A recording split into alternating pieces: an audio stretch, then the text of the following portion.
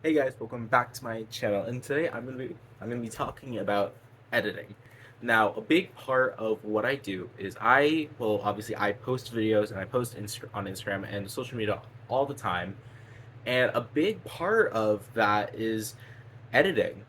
I focus all my time on the artwork. I focus all my time on, trying to make the best looking photo as I can. And today I'm going to be explaining how I do that and what are some things you want to look for and try to maybe incorporate into when you're doing editing a photo or a video, anything. Okay? So let's get started. Now, the first thing I want to disclaim is I am not professional at this whatsoever. I just do this for fun, and I just learned a lot from since I've actually been posting on Instagram for almost 2-ish years now. And I've learned a lot from when I've been doing this. I'm doing it so much that I understand little basic stuff. Understand maybe a couple techniques that I can teach you how to incorporate. And I think this could be just a fun little learning experience and a fun little video to look back on. Now, a couple months ago, I did a similar video on how I make an Instagram ready photo. Now, those techniques you could still use if you're going for something on the lines of that or anything. You could still use that video if you want. This video is going to be more focused on Instagrammable ready photos for like that actually look like a person, not highly edited, kind of super subtle, and just stuff like that.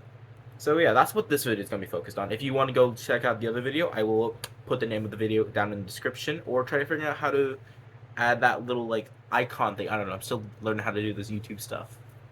Okay, now the first big important thing is when you're learning how to do any kind of like photo editing is when you take your photo, you need to have good ass lighting, okay?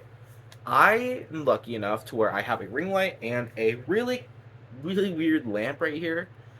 And the thing I've learned from my actual art teacher is since she's in college, she was a professional, like she took a major in photography, is to have at least two light sources when you're doing this. Now, something I've also learned is it's better when you have like those ones that you can control the dimness and brightness of. You want that. My lamp and my ring light both do that, which is like a press of a button. See, I can even change, the color of the lighting. Now, the reason why this is important is every photo you see or any video or anything has some sort of lighting to it. Now, the reason why this is important is because this helps you bring out it can either make your piece like a lot more dramatic, a lot more like bring more emphasis on a certain part of it, or just in general make it look a lot better.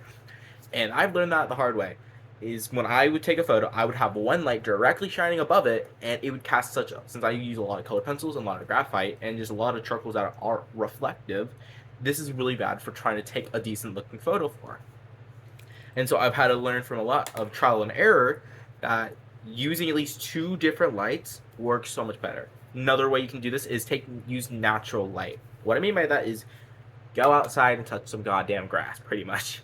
You gotta go outside, find a nice clean spot, and just have the light. However, I prefer the morning because that's when the brightness is just perfectly golden. It's so beautiful to look at, and it's just such natural lighting, no reflection, no anything.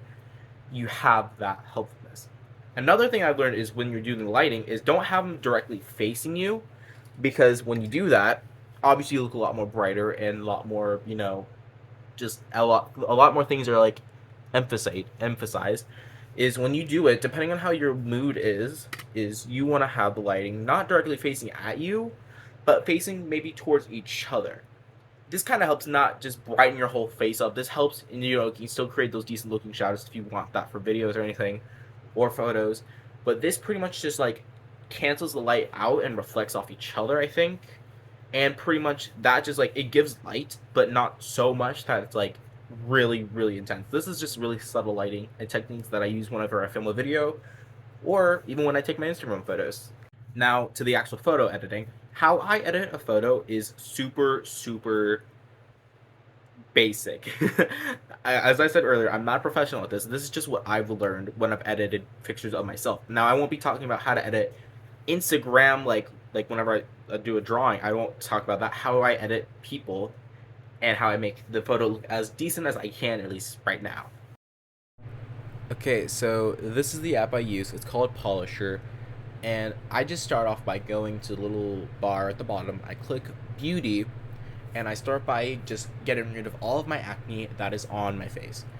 And this part can take a little bit of time because I have a lot, and I just don't like how it looks. So I am currently doing a skincare routine to get it off. But in the meantime, this is what I do to make my photos look a little bit nicer, in my opinion.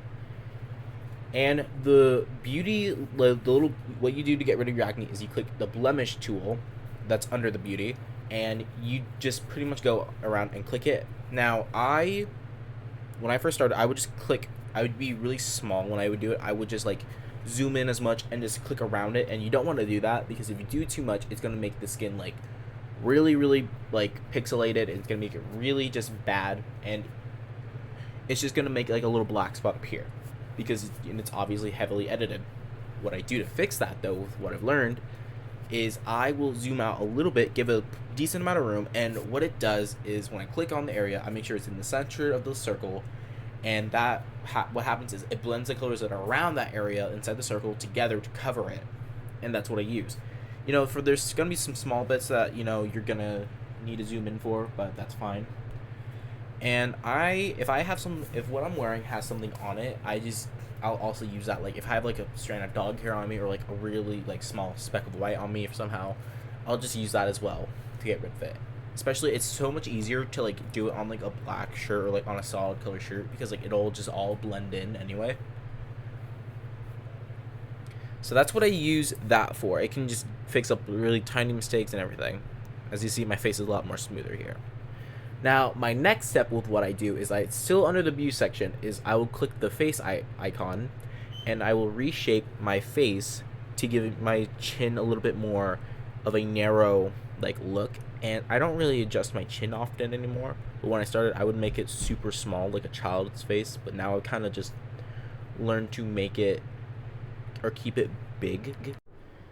And then after that, that's pretty much what I used to only do. I would just do the blemish, and then I would then just go on to maybe like reshaping my face.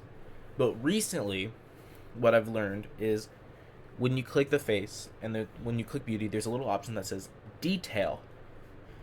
And to reshape some parts of my face where I think it's like it could just look a lot better reshaped, is I will click the detail and I will go in and manually like pinch my nose, because that's what I use the reshape tool. As you see here, I'm pinching my nose to make it a lot less big. It's looking a little bit more narrowed down, snatched. And I can also use that on my lips.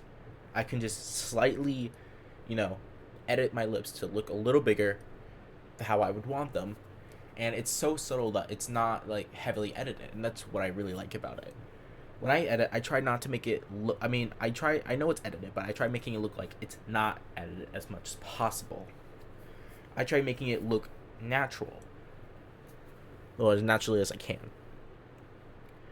And the reshape tool was so useful. I never used to do that because I didn't know how to work it. I would actually just click the reshape button like you see on the left at the bottom, and it would be too big and it would move everything together. If you see some of my old pictures like in my little pics area on my Instagram, then you can definitely see some moments where like it was super super bad. My Instagram like little pics area are straight up just like timelines of me slowly getting better with my photography skills, my editing skills, my lighting skills and sense. And my current pictures that I like, my most recent pictures there, I'm a lot more proud of. And the next thing I do after I'm done doing the beautifying is I'll click OK, I'll go down and I'll click adjust, and I will bring the white line down slightly, like not too far down, but down enough where like you can see there's more color to my skin. It will generally darken the image a little bit, but that's fine because there's other tools you can use to counteract that. What I do is that I use that to help bring in some color to my skin and make my skin look a lot more natural. When I started, I didn't know really how to do that. I would just bring it down super far and up the contrast and up the brightness so much that you can immediately tell it was edited. And I remember my first picture that I was super proud of that really looked not edited, but edited, you know? And I've just grown so much from my editing skills, like from a year ago, from just using the like little icons in the Instagram like editing spot to now where I can edit my photos. I'm proud of my photos, and they don't look at that horrible. I mean, to a professional photographer and editor, I could probably be getting so much of this stuff wrong, but this is just what I do with this app. It's super easy, super just understanding, and with enough practice, you will get good at it. Like I am really proud of my photos now.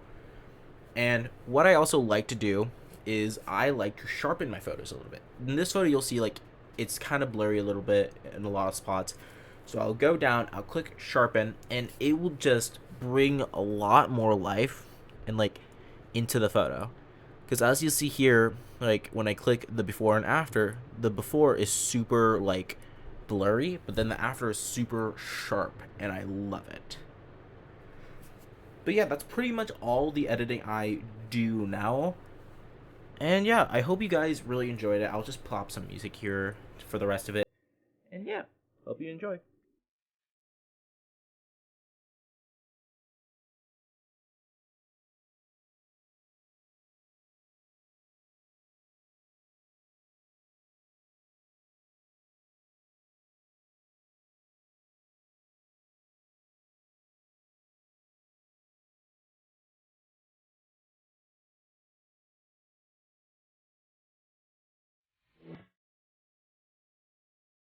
Well, that brings me to the end of the video, and I hope you guys enjoyed it. And if you did enjoy it, don't forget to like and subscribe.